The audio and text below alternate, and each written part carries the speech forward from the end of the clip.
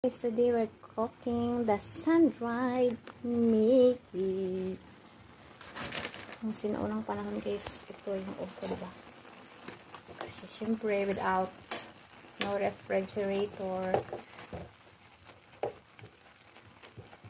matagal itong ma-expire.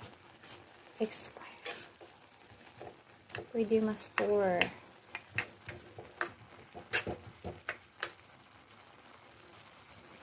Baked nga fish yung ginamit ko guys. And na pechay. Let's add a little bit of seasoning and